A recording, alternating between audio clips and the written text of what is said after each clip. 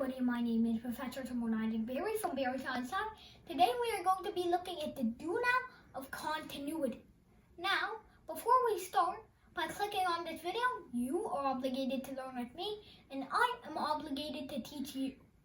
Now let us salute Newton. I'll be a little cautious to make sure I'm saluting Newton, not Leibniz or myself. Feel Newton. You look a little weird. I have not seen that beard before. Now you need a save, so I'm gonna bleed that way. The beard is completely cleansed from Isaac Newton's beautiful face. Let's remove the marking that says this is me. Alright, and now let's enlarge this thing. What does this mean? This mini-map is actually a kind of graph. So what does this jump over here mean?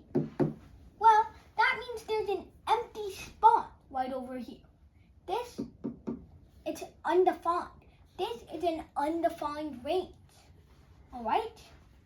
So that means from this range, x1 to x2, we can call that range completely undefined.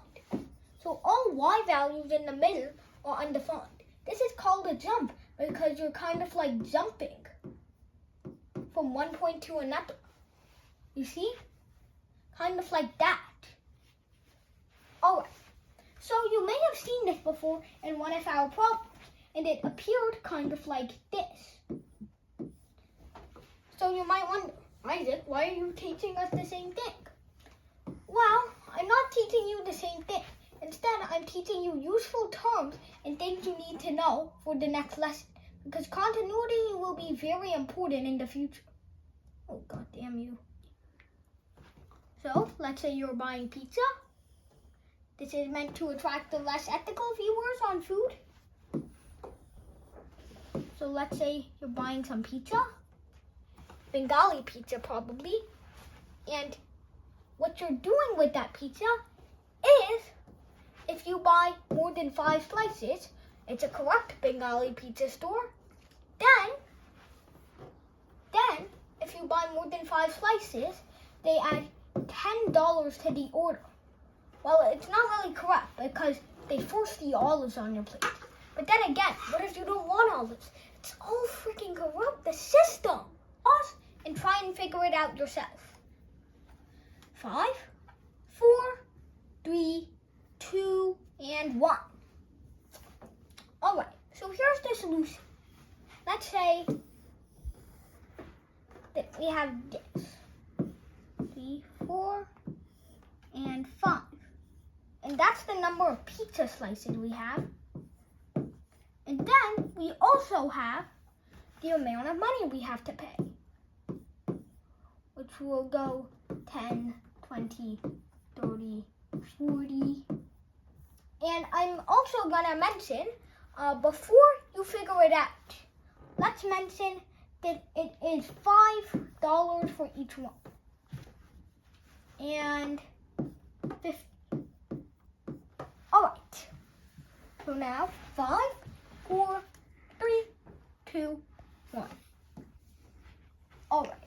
So, the solution to this here is, let's take yellow for visibility. And then, we know that it's 5 for each one.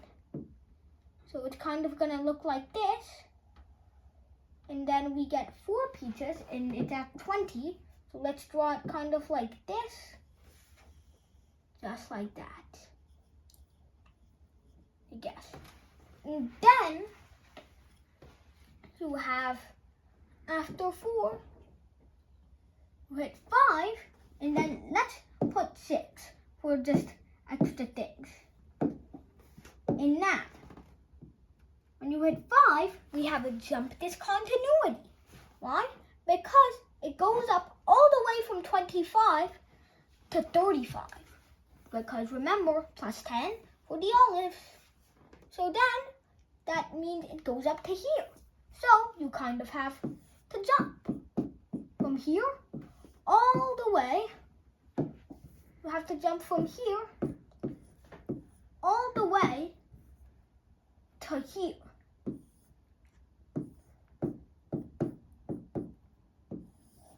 like that.